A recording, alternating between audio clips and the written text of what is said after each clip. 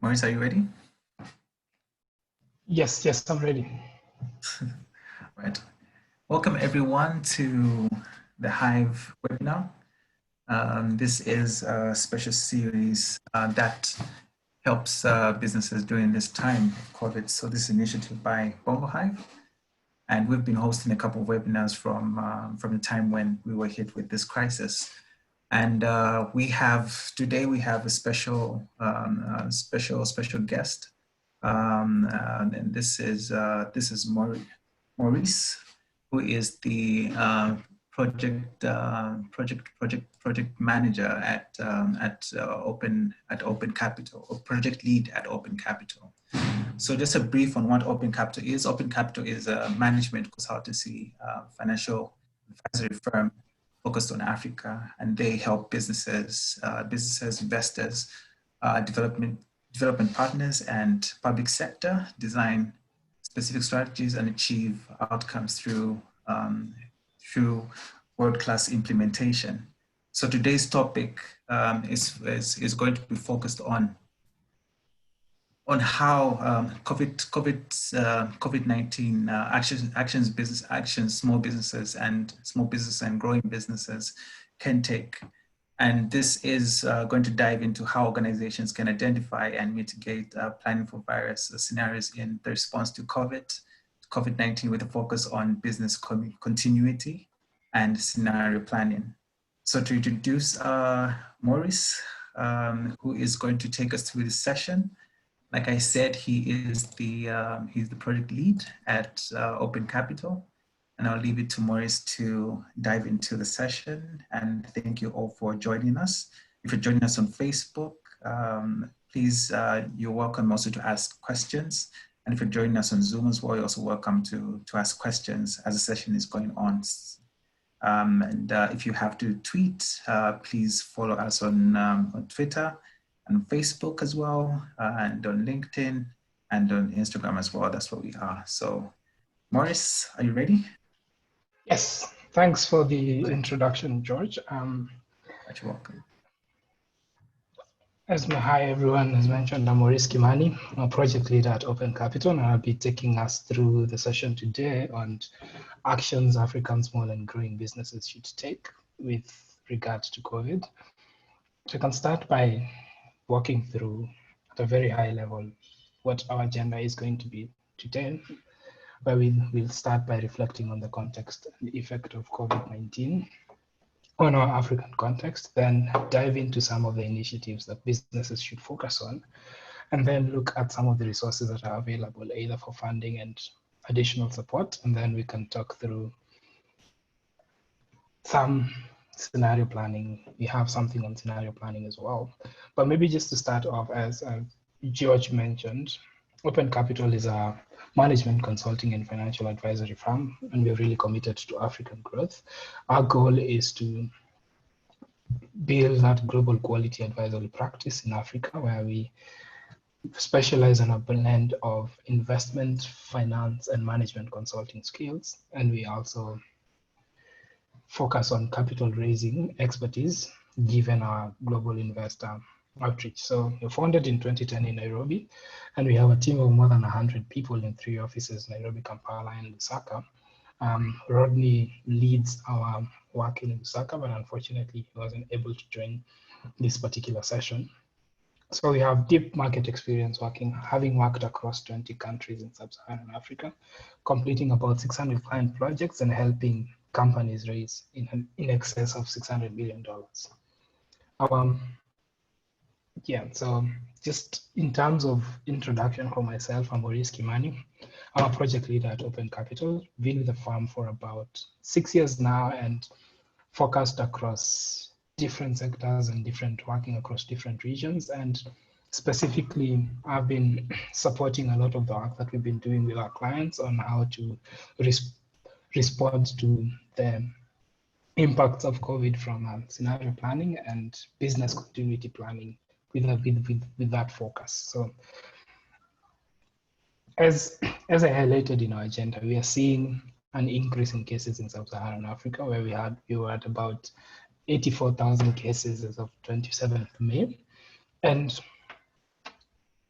from the time this situation was, or when COVID was declared a pandemic, we've seen governments take different measures, from closing borders to introducing curfews and lockdowns, implementing working remote. And this has had varied impacts on business operations. One, given that there's been lots of supply chain disruptions, there's been companies who may not be highlighted as essential in the different locations may be affected. So what we see is that the impacts of COVID in some businesses may not be felt immediately, in some others it may be felt immediately. But given that we expect that there's going to be adverse effects on businesses and on the economy at large, our goal today is to think about what actions can we already start taking that are going to help us weather and navigate this situation. So again, this just shows like the level of efforts that we are seeing being taken from an external perspective, in the sense that introductions such as social distancing to help curb the spread of the virus will have vast effects on businesses. So we expect that there's going to be potentially a drop on demand for services as customers are seeking to avoid contagion. We think workers are also in industries are less likely to effectively work remotely, and most given now the effect of, for example, social distancing. But having seen this pandemic and thinking about the global scale it has had, what can we learn from this? We know that this is unlike any other crisis in the past, and it's therefore creating a very uncertain future. And how is it different from some of the other crises we've had in the past? One, it's on the extent of now the financial impact. It's been described as the Great Lockdown, and it's forecast to cause a global economic downturn of about 3%. And this is going to surpass the financial crisis of 2008. So from a financial perspective, we see that it's going to be one of the worst. And then in terms of now geographical focus of the impact, we've had other pandemics such as Ebola and MERS, which have had very localized impacts to the affected regions. However, COVID has rapidly become a global challenge since its outbreak. And then what this has meant is that in terms of the sectors that it has impacted, it has been very pervasive and abrupt. In one, the sectors that it's impacting across now all these different business sectors, and the severity of impact is going to vary across industries and across businesses. But the key point here being that it's creating a lot of uncertainty. It's creating uncertainty in the sense that one, on the longevity of the crisis, it's unclear when the virus will be contained and the timing now of global economic revival. So whether this is within different countries, within different locations, we are seeing some governments either extending lockdowns or shifting the timings of the curfews. And so it's still very unclear how long this crisis will persist. And the second bit to that is now the intensity of the shock.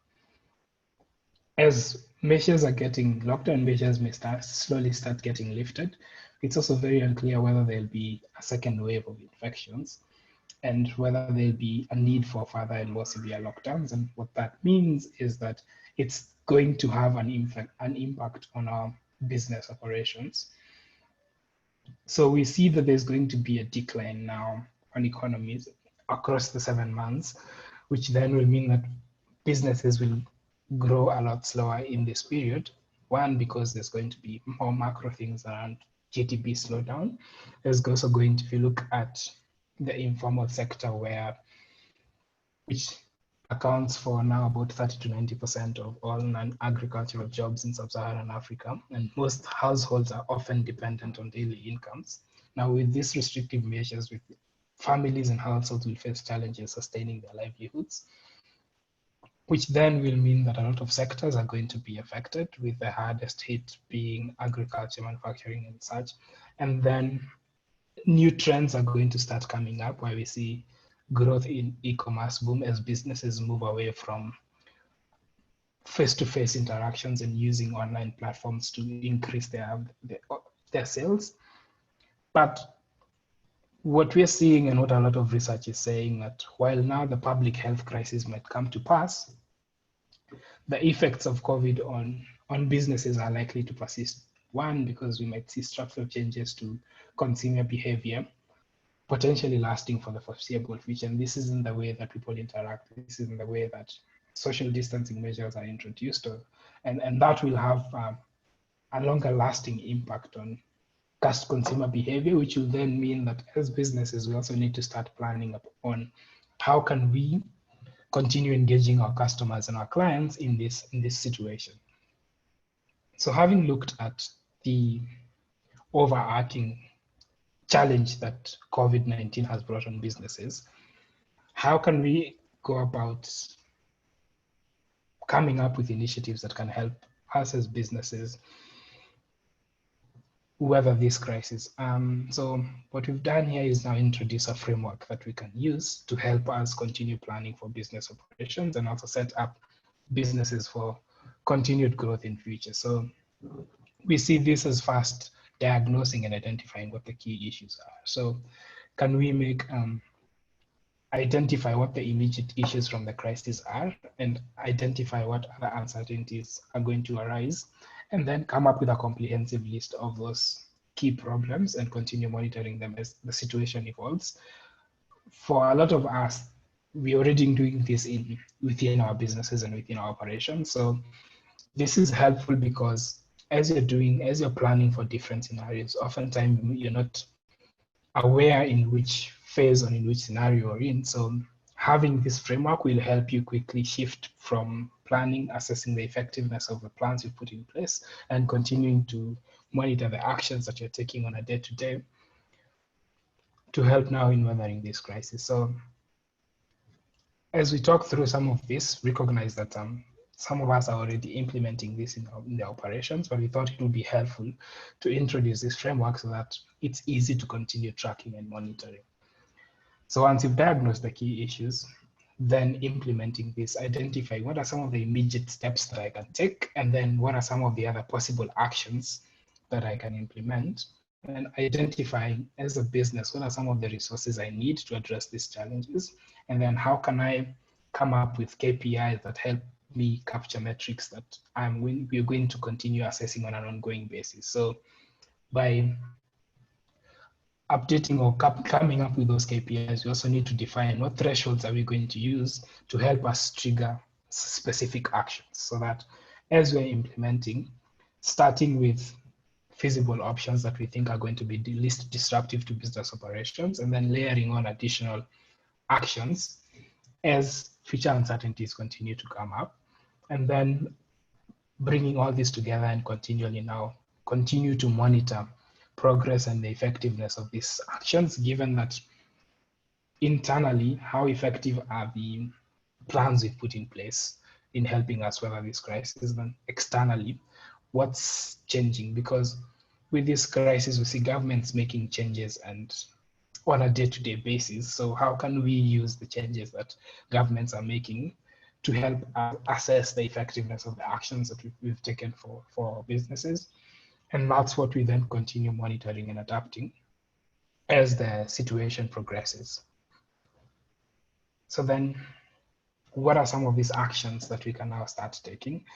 We'll start by looking at internally within an organization, what is it that we can continue doing? So as we're diagnosing, it's reviewing our existing staff and thinking about what's the mix of staff who are from the office or who are from the field, and also capturing information, for example, on where do most of our staff live.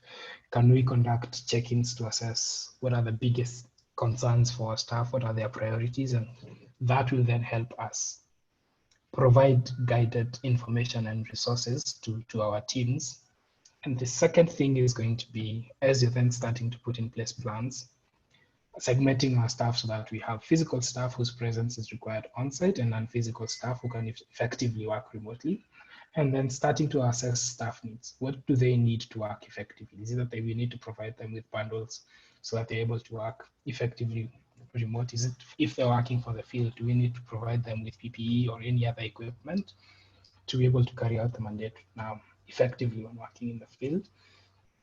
And then putting together a company response and communication plan so that all our stakeholders are aware of what we're doing.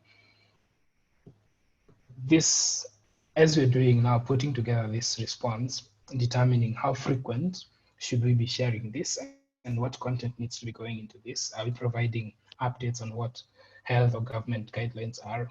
Are we providing tips on how to effectively work remote? Or are we providing updates now on the different local situations? And then how do we then start preparing now for worst cases? If let's say some of our teams are infected, can we say that you're going to start doing contact tracing for them if it's needed? And then the actions we then take are going to be for our field or physical staff. Can we provide them with PPE? Are there any systems that need to be physically assessed from the office? Or if you're going to continue working from the office, thinking about how we integrate teams. This could be whether we are working using rotational programs where different teams come in at different time, where then maybe we need to break out work streams between need to do in the office and what can be done remotely, so that our teams are coming into the office only when it's necessary, or there's movement only when it's necessary. And then creating a really open communication channel so that you're maximizing transparency. We know that the future is uncertain, and we can be transparent internally within the organization and with the different stakeholders, our clients and customers, so that we are developing that safe channels where, one, employees are able to report infections and other medical support needs they have, and they can also identify additional resources that they might need to continue delivering on the work, with the target outcomes being that we're able to reduce the risk of transmission for our teams. We're able to provide support in case different team members are infected or they are at risk, and we mitigate any fears and anxieties that may come up as this situation evolves. And then on the second piece is, if we've looked at what we're currently doing for our teams, like as an organization, ensuring that we are providing leadership within our organization and to external parties so that our customers or our key stakeholders know what our response is during this crisis and what we're going to be doing after the crisis. So in this aspect, when you're doing the diagnosis, you identify the resources and the critical processes within the business that can help ensure business continuity across all functional teams, and then diagnose operational processes so that we identify what are most impacted by the crisis. We know, for example, that supply chain and distribution chains are really impacted because it's either taking longer for us to get product if we're shipping in, or if we're providing services that require us to have face-to-face interactions with our customers. A lot of this is really being affected. And so for each of those, creating mini teams and assigning owners into each of those, so that we're thinking about how can we continue driving these initiatives forward, and establishing how often we need to be checking in and how often we need to be communicating with different team members.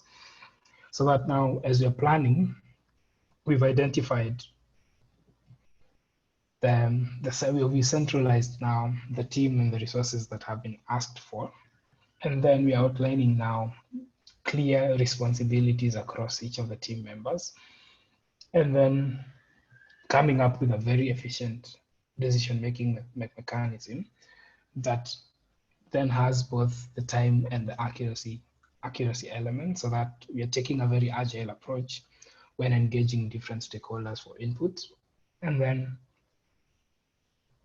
updating our KPIs. One, we've already set thresholds for the different KPIs we are taking, but as we are assessing those, can we capture any changes or challenges in running operations that then have an impact on the KPIs that we have? And then we can continue to update those as needed. Then for the different actions for our cross-functional team, can we set up internal management committees to monitor the situation, provide daily analysis of facts, or enhance quick and high quality decision making. Then for communications, ensuring that we are communicating consistently and with transparency to all stakeholders, whether this means that we have daily updates from the CEO so that you let everyone with the team engage. And then leading with purpose so that we are continually enforcing our business values to our teams, and then providing that support where we are continually telling them actions they could take to then avoid instances of stress or organizational paralysis. And the goal of doing this would be to help us, one, ensure that we have a coordinated response as an organization, ensure that our team is empowered to deal with whatever challenges that might come up as a result of this, and ensure that our organization is fully engaged. And so then, having looked at what we could do internally, there's still a big question around, we know that one of the impacts is either we're going to have reduced sales or we're going to have differences in our customer needs. So how do they then set up? What actions could we then think about setting up so that we are protecting our businesses or organizations given these dynamic changes? One, if we think about our revenues as an example, our goal here is ensuring that our customers remain informed, that we protect our customer base, and we identify emerging needs and start meeting this proactively. So then, to help us achieve this, some of the things we could do as we're diagnosing is think about who our current customer base, what services or what products do they need, and how are these preferences or these needs going to be impacted by the crisis, so that we are then able to determine what are customers' key needs or priorities during this period. And having understood that, given potential changes now to their preferences, how can we as a business then identify ways to address these needs during this crisis? And so some of the practical ways in which we could do that is now think about our customers and segment this as relevant. One, are we segmenting them by income levels? Are we segmenting them by product preference? Or are we segmenting them by location? And the point here being is, for business continuity, we need to be able to continue generating revenue. So really prioritizing and focusing on customers who can pay. And to do this, we then start thinking about how can we map that typical journey that helps, so that for our customer, that then helps us plan for interventions across whatever the different touch points are. So that, for example, instead of having customers walking into a different areas of operations, can we have them now ordering things online? Can we facilitate deliveries? So that if we have an understanding of that, we are then developing tailored plans to engage customer segments. So how we've understood changes in demand, we've understood their preferences, and then understanding, for example, now if we implement these measures, I mean, we see them paying extra for delivery. Do we then engage third-party providers, for example, to ensure that we are still distributing products to different customers? If we have customers who then need to repay for product on an ongoing basis, given the impact that's going to be there on their ability to pay, are we introducing incentives that can help us continue getting those collections? It could be potentially offering things like discounts upon repayments, or just basically thinking about extending the repayment period so that there's more flexibility for our customers. So thinking about ways in which we can tailor our service to customer needs. And then once we've done this, then start communicating with our customers on the specific measures we are taking to continue engaging them. So the actions we then take in this particular case will be, if we're seeing shifts in revenues, are we seeing revenues shifting on the current product so that we have new players? We could think about who is currently willing to continue paying for service. This could be things like development organizations or governments who are willing to purchase, or prioritizing then products that have high demand. We could think about offering PPE equipment like masks, or focusing on products that have a longer shelf life. And then in terms of customer outreach, we could then think where relevant, we are calling our customers or emailing our customers directly so that we're informing them on the exact measures that have been put in place. We could also think about sending quick surveys to identify any new or any emerging customer needs so that as a business, we're at the forefront of helping our clients understand the changes that they could be making. Then the second thing is, how do we continue ensuring that we can provide support to our products to our clients? So assessing the overall product supply chain and then identifying what are some of the potential bottlenecks so that either we don't have stockouts, we don't have delays in product. And this will require us to then look at our current suppliers and business partners and identify what's their current capacity to continue providing product or support to us. And then internally, identify, are we going to have potential challenges on availability of input if we need it for our operations? If you're doing production, do we see changes to our production capacity? Or do we see any challenges with our delivery routes based on government restrictions and interventions on movement? So having diagnosed that, the plans we put in place will be, can we run some sort of capacity audit to our suppliers so that we determine their ability to fulfill our needs? So for example, as we're thinking about cash preservation, it's something we'll talk a bit about later, but we know that we're supposed to be paying our suppliers, but are they able to continue supporting us even in the face of delayed payments? And then can we map now the impact on our current inventory and production so that with the business changes, do we anticipate that the current inventory we have on hand is going to be sufficient to continue to help us continue operating in the face of delays in getting inventory? Or should we be switching to, for example, producing on an order basis so that we are being mindful and cognizant of the costs that go into production?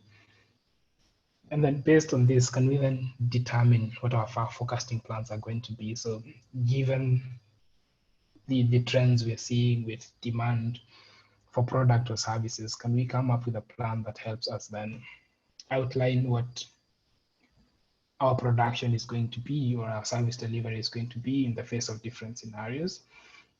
And then if you're supplying product, can we map out any delivery or services sourcing routes that are also in line with government regulations? And this goes to the point I've made earlier around thinking about, do you have any third-party providers who maybe have been classified essential who can help us continue delivering product? And then continue now engaging our suppliers. Thinking about now broader value chain assessments. So are there any near-term risks, for example, shortages if there's increased demand? And then for logistics, how do we think about ordering product given any potential delays?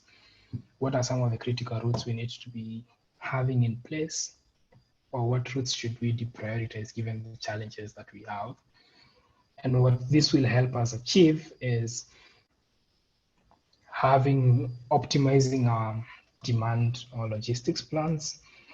It will also help us ensure that we have steady supply from our partners, and it will also help us assess our suppliers and think about who can we be talking to so that we're either renegotiating favorable terms when it comes to repayment. Because in as much as, for example, some of the things we're seeing is that in the immediate term, some businesses either may not be affected from a sales perspective, or others may be significantly affected given sales disruptions. Some of the other initiatives we could take would be now around our costs, where we are assessing costs to really identify cost-saving opportunities.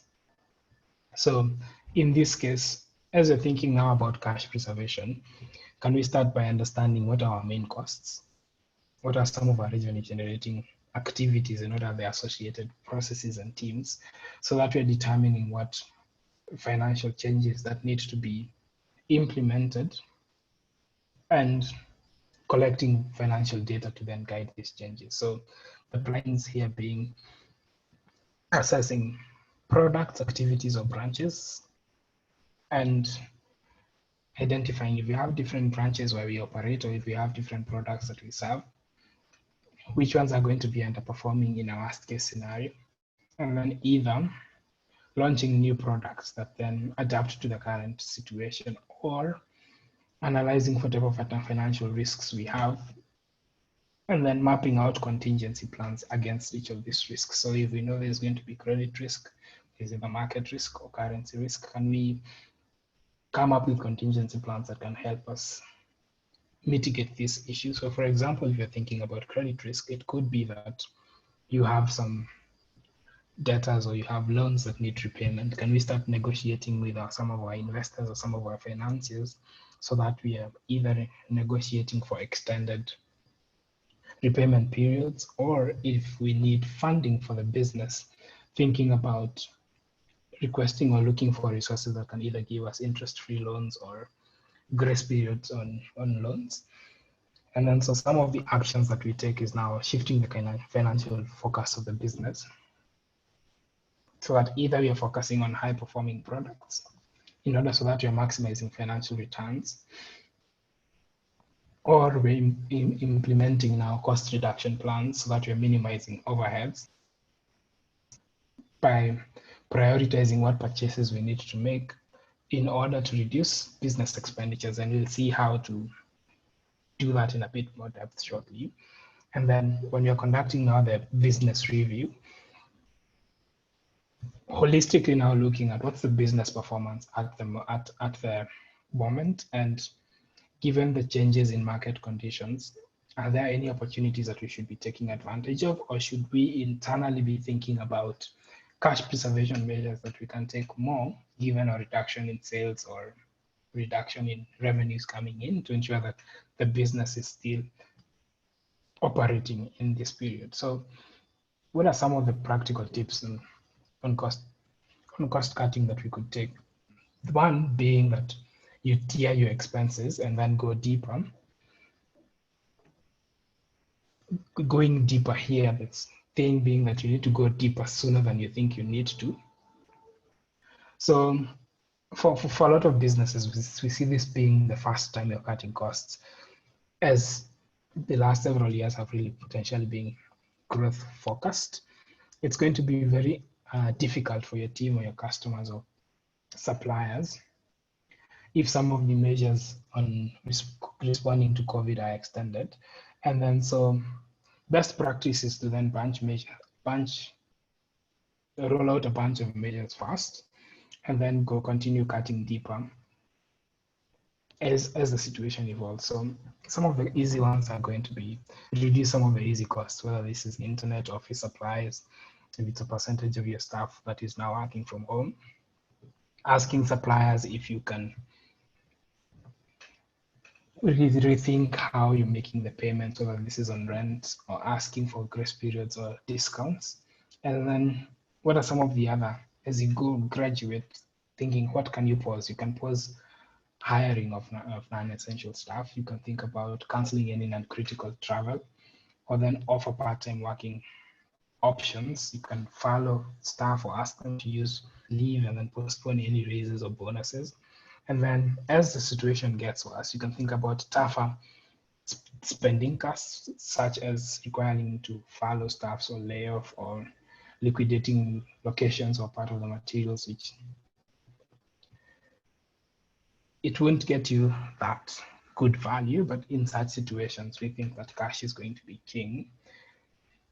So then after you've started doing a lot of these cost cutting measures, then the key thing is you want to ensure that you're ensuring you have sufficient liquidity for the business to weather this crisis, or you have timely business responses if you think that you might run out of cash and you need to conduct additional fundraising, and you're also accelerating any cash collections for anything that's owed with you externally. And here, as you're doing this, you're now gauging the current cash position of the business by understanding what cash is available, and then doing an internal assessment of now the need for liquidity and available cash within the institution and bank accounts for the next 3 to 6 months. Then identifying what are some of the potential financial sources for any additional staff to then compensate for periods of low liquidity. So as you're doing the planning is, how do we then start planning for low liquidity periods? One, it's determining what's your threshold, what's your cash threshold for now, what we're calling low liquidity, and then developing now a strategy to approach potential financing sources to compensate for any internal low cash requirement. So this could be looking at working capital loans, could be looking at low interest loans, because there are external sources that are doing a lot of this. There are some resources that can help you map external measures to improve your liquidity positions, whether this is through grants, some of what I've spoken about, and then assess what are your contingency reactions. If you know that you're going to get to that low liquidity period in the next month, what should you be doing now to reduce that? Some of the actions you can take to then improve the liquidity position of the business is accelerating cash collections. So if you have customers with outstanding payments, how can you incentivize them to continue paying? This could be one by changing the measure. So incentivizing collections through setting up of collection points, offering discounts, so that customers are increasingly paying, making the payments. And then for the payments that we need to make as a business, can we start having conversations with our suppliers to extend payment periods in order to help the business still maintain liquidity? And then using creditor payments, so engaging with our creditors and our financiers on some of the repayment terms. So either through lower interest rates, introducing grace periods, or extending the term for some of our loans. This is some of the actions we can take to ensure that the liquidity position of the business continues to be positive. And in doing this, as I mentioned earlier, the concern is this situation of COVID is really uncertain. We don't know what's going to happen in the next month, in the next 2 months. Governments are changing their policies as the situation evolves. And as such, we need to be thinking about actions that we can take as businesses to mitigate this. And one of the ways we see this happening is through scenario planning. So if you think about each of the challenges we've spoken about, can you plan a scenario across what do you think is going to be the best case? What's going to be a likely case and what's going to be a worst case? So that you're then identifying what the uncertainties are across those different cases, and then bucketing different risks into scenarios. We'll see a lot more of this, but in our worst case scenario, we could see it being that governments start loosening restrictions, but then as they do that, there's a rise in reinfections, which then requires that there's a more severe closure of borders. And this might potentially maybe lead into 80% reduction in revenues, which could then happen in, let's say, Q3 or Q4 of this year. And then for each of the scenarios, then we're thinking about what are some of the actions that you could take to help now reduce this. So if we know that we expect our losses across the business to be about 20%, by how much do we need to reduce our OPEX to ensure that we can continue sustaining operations? Or if we think that either the economy is going to be bad, there's low talent mobility, what can we then start doing to ensure that we're still retaining the best talent? So one, we could think about, if you're thinking about reducing OPEX, as we've seen, you could think about freezing new hires, reducing bonuses, cutting down on some non-essential expenditure. If we think that we have a constraint with staff going forward, we could then start offering better staff packages or cross-training so that we're keeping our staff engaged even in this period of low activity. And so once you start developing these scenarios, one way would be then mapping them on a matrix. You see here we've used Sequoia Capital as example to help us understand how we could map our different scenarios across this 2x2 matrix. And then, so we on the y-axis, we have the decisions company could take. If you're thinking about reduction in OPEX, it could be that we have the decisions are you start reducing OPEX more and more. And then on the x-axis, we have factors that may be outside our control, such as restrictions on movements, and this could be closure in borders or such, where we expect that they're going to remain closed for the next 3 months, where there's 20% revenue loss, or if that period is extended, it could go into 40% or 80%.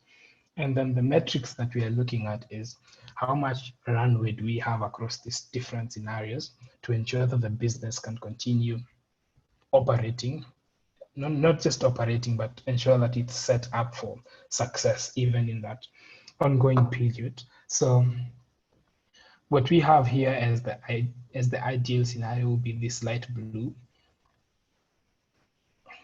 with the best case being that you're targeting to have more runway. And this helps you think about, do you need to trigger more internal action such as reducing OPEX, or do you even need to start thinking about potentially raising capital so that the business can continue operating?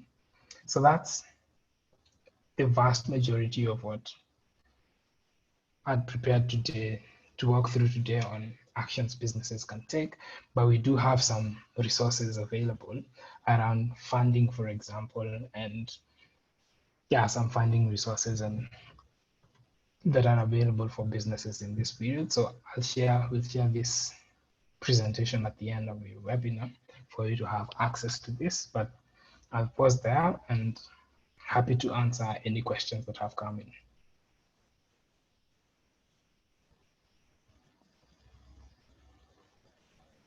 Maurice, thank you so much for presentation. And if you're joining us, we were discussing on what actions businesses can take. And Maurice also touched on large organizations and small SMEs. And also, I think the most important part was how to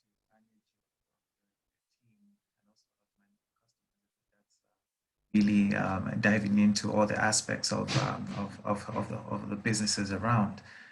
So if you have any questions on Facebook, if you're having questions on Zoom, please type them in, and our marketing person will be able to address to further questions on Zoom. We have a question from Rhoda, and Rhoda would like to find out what are some of the implementation plans businesses can take to adapt to the current COVID-19 environment. So that's a question from Rhoda. She would like to find out what are some of the implementation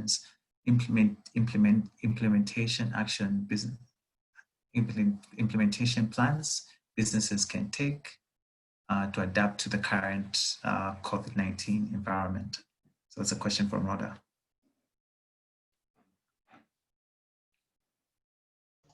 Thanks for that question. And to speak to some of now the implementation actions that businesses can take, I think, just a minute. Yeah, so if you're thinking about that, I think there are several actions that you can take. The key thing will be, one, identifying in the framework that I've just talked through. I think one of the key actions to think about is the different scenarios. So if you think about all your business critical functions, let's say you need to plan for human resource, or you need to think about the communications that you're taking. Let's say it's around inventory and supply chain management.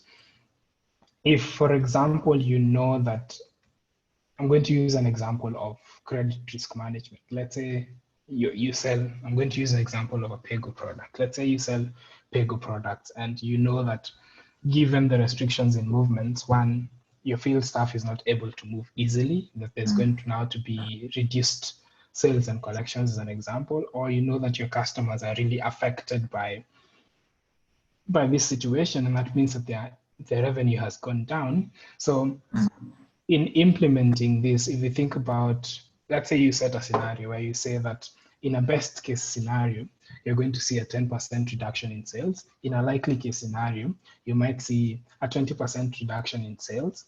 And in a worst case scenario, you might see a 30% reduction in sales. So you've already set those as your thresholds. So if you're thinking about doing the implementation, it could be that one, the implementation then across the different scenarios would be that, can you think about the incentives that you can provide, let's say, to offer to increase collections as an example? Can you think about incentives that can help you promote, say, stimulate sales? So this is thinking about alternative sales channels. You're going to use, let's say, e-commerce channels, or you think about alternative distribution mechanisms, or even think about ways you can recover collections. So you're either offering alternative and flexible payment methods, or you're doing weekly collections. So if you then set those actions that you need to take in doing the implementation, you then think about what KPI thresholds are you going to set up. So say you set up a KPI threshold that's going to be one, looking at what your monthly sales. If you want to increase sales by going online, let's say you're offering online sales. So if you have a monthly target of, let's say, $10,000 in sales, then you could think about splitting that into what amount is going to be online versus what amount is going to be offline, and then continue monitoring that on an ongoing basis. I think the plan, the goal here is whatever interventions you've set, using the KPIs as thresholds to trigger actions. So if you could have a threshold to start some actions immediately, or you could have some actions that then happen upon certain incidences. Let's say your collections are down by 10% or your sales are down by 10%. There are actions you decided to take immediately, but then there are actions that you can take once those thresholds start going down. And I think the other key thing to focus on while conducting the implementation is, as you've said, this situation is rapidly evolving. So thinking about the effectiveness of the intervention itself, are you seeing it working? Like, if you think about the actions that you've implemented, are they working in reducing whatever downside outcome you've set up? If it's working, how can you make it more effective? If it's not working, how can you introduce more interventions to improve that? And then the other bit around assessing your operating environment. So thinking about some of the current external indicators, this could be government responses. Are they changing for the better or for the worse, depending on the scenarios you've set? So at a very high level, those are some of the actions you could take as you're thinking, as you're planning on the implementation. Yeah, thank you so much, Maurice, for that answer. Rhoda, if you have any other questions or maybe you need some clarification, please feel free as well to just type in, and I hope that Maurice has tackled your question. There's another question here. I think this was also something that I wanted to ask for on behalf of people that for example, help of service industries that that do a lot of hands-on operations. But this is a question from Jack, and Jack I believe is in the events industry, and his question is, what measures or plans can be taken, especially for us who are in the service industry, knowing the fact that gatherings are suspended, meaning no events or conferences should take place. So what can we do to keep the business running and plan to do such uncertainties? That's a question from Jack. So Jack is in the service industry, in events and conferences. So that's the question that that's the question that he's asking. Thanks, Jack, for that question. And I recognize that if we think about the industries that are affected, this is one of the most affected industries. And I think there are two ways to think about this. One is now, like given the restrictions, there's no activity that can happen. So are there opportunities for us to think about pivoting or shifting our business focus so that if we were providing services for industries, noticing that either a lot of activities are happening online, is it possible to say organize some events that either happen online or where you engage customers online? And the reason I say that is I think there's going to be a radical shift, as I spoke earlier, on how people interact even on social gatherings given the impact of COVID. And that is going to have an impact on a business such as this, where it's mostly within the events space. So if you start thinking about the shifts that are going to happen in that, let's say, even using a post-COVID business era, it will mean that we need to start thinking about shifting our business model. So is it that we then focus on offering specific components of services within the event space? So if you're thinking, either do you organize that event, the whole event, and plan for the entire logistics? Are there components of that that you think could happen effectively by engaging participants online? And this is just examples as I go. Or do we think that, for example, organizing and facilitating conferences where participants are able to engage and online is something that would happen? Or do we then do we need to start thinking about significant shifts to our service delivery model so that we offer services that either can resonate in this period or that can help set us up for success in a post-COVID business era where there are elements such as social distancing still at play, which would impact on, for example, how effective you'd offer a conference would be run or a conference would be facilitated. So I think those are some of the ways in which you can start thinking about the business. And a key component of this would be thinking about who have we historically served in the past? Can we start engaging them to see what their needs in this period are? And then are there opportunities where we can continue providing support to them, given that in this period, we may anticipate that there are no events and no activities happening. So this is a period when there's no revenue coming in. So on an OPEX side, what can we do to try and mitigate that so that our business is a going concern even in this period and post this period? And then once we start thinking about those different components, then it becomes clear what actions we can take to help us navigate this crisis. And that this could mean that we start organizing events online that we have participants coming in, and then thinking about who our clients have been in the past. How can we tailor some of these events to be relevant to them? Yeah. Just another follow-up question. I think you know how when organizing, there's so much reliant on revenue and revenue streams. So in business like that, how can it scale, or maybe how can revenue be generated when the content is online? What are some of the tips that you can give on revenue generation?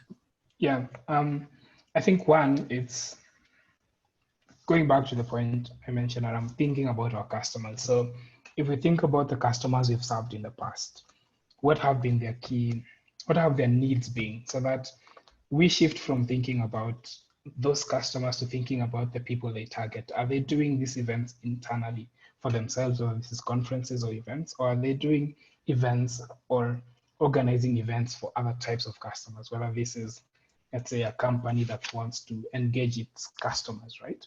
If we start thinking about those needs, we can then identify like potential themes that are coming up if we need to start, for example, engaging our customers. Can we identify potential metrics, one, that we could use for engagement, or that we could target? For example, if I'm if I'm a beverage business and I need to host an event where I'm a publisher, more so from a marketing perspective, is there a way we could then think about setting up online events where we then shift the KPIs we are using? For example, we think it about being like in terms of reach. Can we start tailoring this so that we tell our clients potentially that we can organize such an event where we know that we're going to reach this many customers, and then use that as a basis to try and generate revenue for our product? Because the potential upside with COVID and with restricted movement is that we now have a lot more people trying to move online and get product online. So that becomes one way we could think about this, where if it's possible for us to use new metrics such as engagement or such as reach for our clients, it could help us start seeing that as potential revenue channels for ourselves.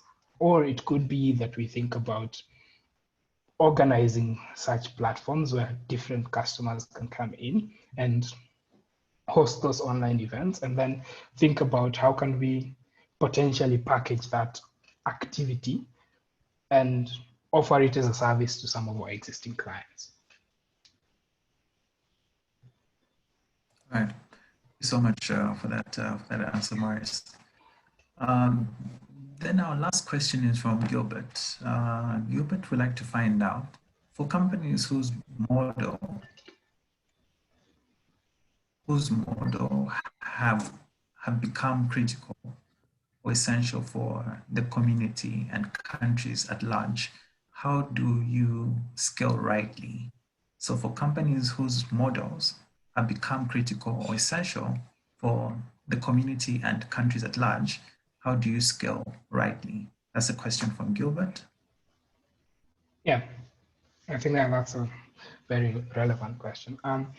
I'll think about it in three main ways. One, is it that it has become relevant in terms of the product or service that you're offering? If the case is that it has become relevant in that sense, one, it could be thinking about, is it possible to open it up to new customer segments who might be potentially willing to pay?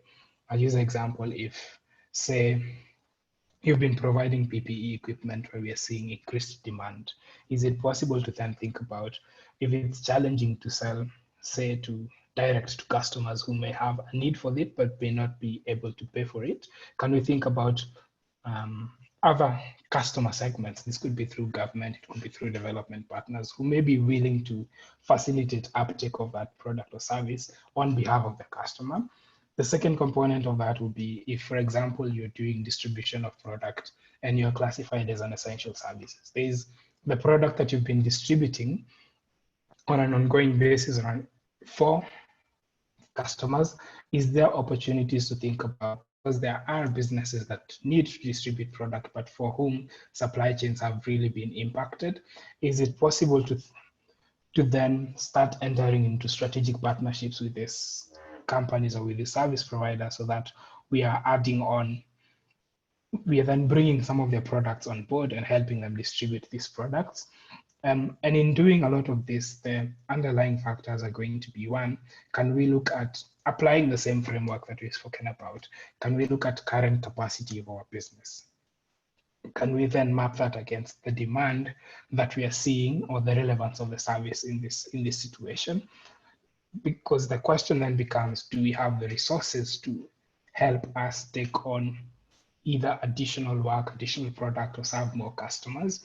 And then if we do have the resources, then it becomes easy to target, to channel into those customers by then starting to communicate into those segments. If we don't have the resources, it becomes a question of what are some of the resources that we need to help us target into those, so that if we think it's a clear funding constraint, or if it's a clear team constraint or a resource constraint, we can then quantify what that need is and think about additional or pots of support that we can receive to help us provide that support. If that makes sense or resonates. Definitely does. Yeah. If Gilbert will need to follow up with you, I'm sure maybe you can he can do that through various channels. I'm also looking Yeah. at the back on LinkedIn as well. So Gilbert, that question. Oh, he says great. So I think that definitely will not need a follow up answer to that. Okay, so Maurice, thank you so much for your time, and thank you everyone also for attending. This is exactly 12 hours, which we've gone into an hour of the session. I'll leave it to Maurice. Maurice, do you have any last words for us?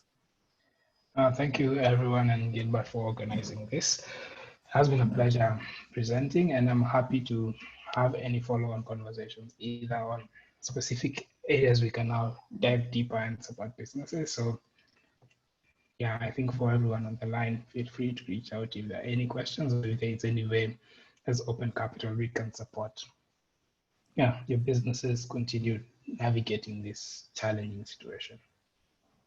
Okay, thank you so much. Maurice is the project leader at Open Capital. And Open Capital were kind enough to give us some resources, and we've done so much research on how business or actions businesses can take, and this is the reason why we had them today. So this was a very, very profound and very, very detailed presentation that you made, and hopefully maybe we can adapt to it, and then we can learn from it, and also we can make it very practical for our businesses. So thank you everyone for joining us. If you join us on Facebook and on Zoom, thank you for joining us. So more upcoming webinars for this month have already been set. So you can go to our Boko Hive, you can go to our Boko Hive website. On the webinars, you'll find the upcoming webinars for this month. So our next webinar is going to be on Tuesday next week, and then this one is going to be on. It's going to be on resilience patterns and brain health doing what matters in the stressful times. So I understand that it's a bit stressful trying to navigate through the COVID and trying to understand different scenarios, and also how that affects your mental health. So we're going to have doctors coming in to talk about that. Was going to help us to help us manage the stress. So thank you very much for joining us. And Maurice, please regards to the team, and look forward to your support again. All right, thank you as well, and thank you everyone. Right, cheers, thank you.